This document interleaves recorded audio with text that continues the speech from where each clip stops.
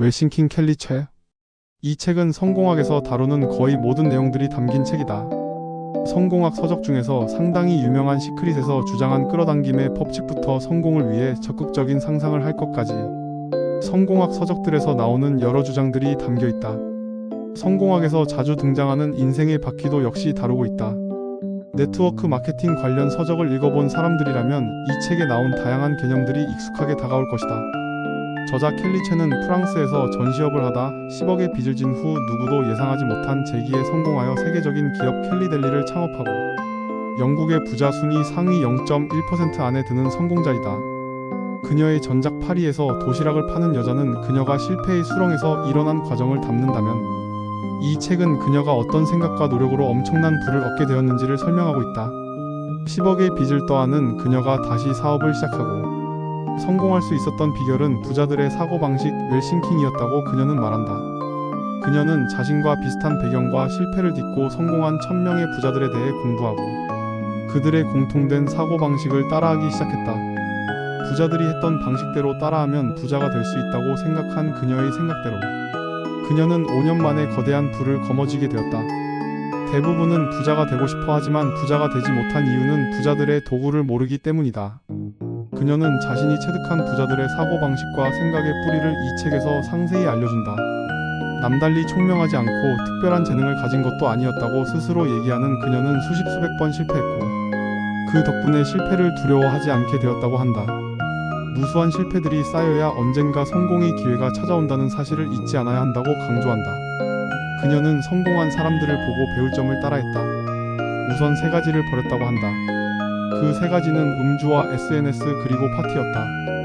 우리의 삶을 갉아먹는 나쁜 습관을 끊어내고 좋은 습관 3가지를 만들라고 조언한다. 그리고 우리와 비슷한 환경에서 성공한 사람들의 책을 읽으라고 조언한다. 읽는 것에서 끝나는 게 아니라 그들이 사용한 방법을 먹어버리겠다는 마음가짐으로 실천해야 한다. 성공을 위해선 성공의 나무의 뿌리를 강하게 만들어야 한다. 그녀는 불을 끌어당기는 7가지 생각의 뿌리라고 하는 7가지 습관의 뿌리를 만들라고 조언한다. 책에는 60가지의 핵심 가치를 나열해 놓았다. 그 중에서 독자에게 5개의 핵심 가치를 고르라고 한다. 자신이 중요하게 여기는 핵심 가치를 발견하면 목표에 도달할 시간과 열정을 절약할 수 있다고 한다. 이 핵심 가치를 고르는 이유는 우리가 진정 원하는 삶이 어떤 삶인지 깨닫게 하기 위함이다. 핵심 가치를 발견한 후 명확한 자신의 목표를 세워야 한다. 이 목표는 구체적이고 수치화해서 측정이 가능한 것이어야 한다. 그리고 이 목표들은 단계적으로 데드라인을 정해서 확인이 가능하도록 관리해야 한다. 2번째 뿌리는 결단력이다. 목표를 실현하기 위해 행동에 돌입하는 결단이 필요하다.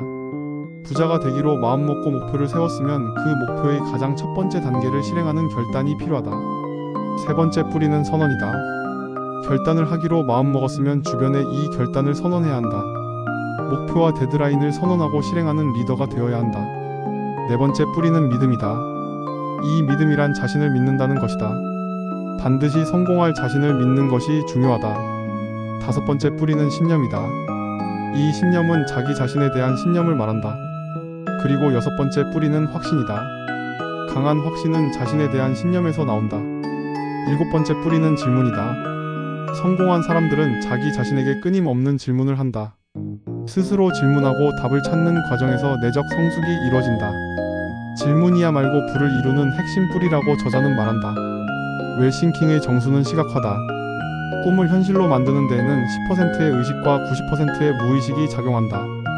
부자들은 이 무의식의 엄청난 힘을 이용해 큰 부자가 되었다. 성공자들과 일반인들의 차이는 이 무의식의 세계를 어떻게 통제하느냐에 달렸다. 우리들은 죽을 만큼 열심히 살지만 항상 가난했다. 저자 역시 그랬었다. 부자가 되려면 더 많은 것들을 끌어당기고 똑똑하게 삶의 불을 스며들게 해야 한다. 그 방법을 저자는 웰싱킹이라고 부른다. 그녀에게 성공을 가져다준 핵심 요소가 무엇이냐고 물으면 그녀는 시각화라고 대답한다. 시각화는 웰싱킹의 정수로 우리가 원하는 이상적인 삶을 상상하며 잠재의식 속에 이미지를 심는 일이다. 이 이야기는 이미 성공학에서 많이 다루어진 이야기다.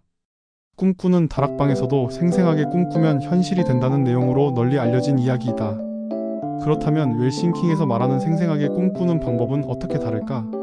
웰싱킹의 6가지 시각화 방법. 첫째, 사회적으로 성공한 나의 청사진 시각화. 둘째, 인생 영화 감독 시각화. 셋째, 이상적인 하루를 보는 아침 시각화. 넷째, 이를 이상적으로 그리는 긴장 시각화. 다섯째, 비우는 블랙홀 시각화. 여섯째, 비우는 저녁 시각화. 일반적인 성공학에서 다루는 시각화에서 좀 더 세분화하여 시각화를 하도록 알려준다. 후반부에는 성공학에서 항상 나오는 인생의 바퀴 그리기도 나온다. 우리 인생에서 중요한 항목들을 원 형태로 나열한 후 가운데 점부터 0으로 시작해서 10까지 칸을 나눈 후 현재의 상태에 점을 찍어서 그 점을 이으면 원이 되는데 이 원이 둥글게 뭐가 나지 않아야 균형 잡힌 인생으로 평가된다. 그리고 5년 혹은 10년 후의 미래의 자신의 목표도 점을 찍은 후 점을 이어서 원을 그리고 그 미래의 바퀴가 둥글둥글 잘 그려졌는지 체크하는 것도 중요하다. 이 책은 다양한 성공학 책들을 잘 섞어놓은 듯 한 느낌이 든다. 시크릿과 이지성의 꿈꾸는 다락방과 다양한 네트워크 마케팅에서 사용하는 시각화, 이론과 끌어당김의 법칙까지 다양한 내용들을 버무려 놓은 느낌이다. 이 책에서 뭔가 새롭고 놀라운 이론을 발견할 순 없지만 저자가 주장한 대로 이 방법대로 큰 부자가 되었다는 점이 중요하다. 상당히 큰 빚더미에서 재기의 글로벌 기업을 창업한 저자의 이전 저서를 읽고 존경스러운 마음을 가지게 되었으므로 이 책의 방법도 그녀의 안내에 따라 실천해보고 싶다. 이 책을 읽기 전에 파리에서 도시락을 파는 여자를 읽고 이 책을 읽으면 책에 대한 신뢰가 더욱 갈 것이라고 생각한다.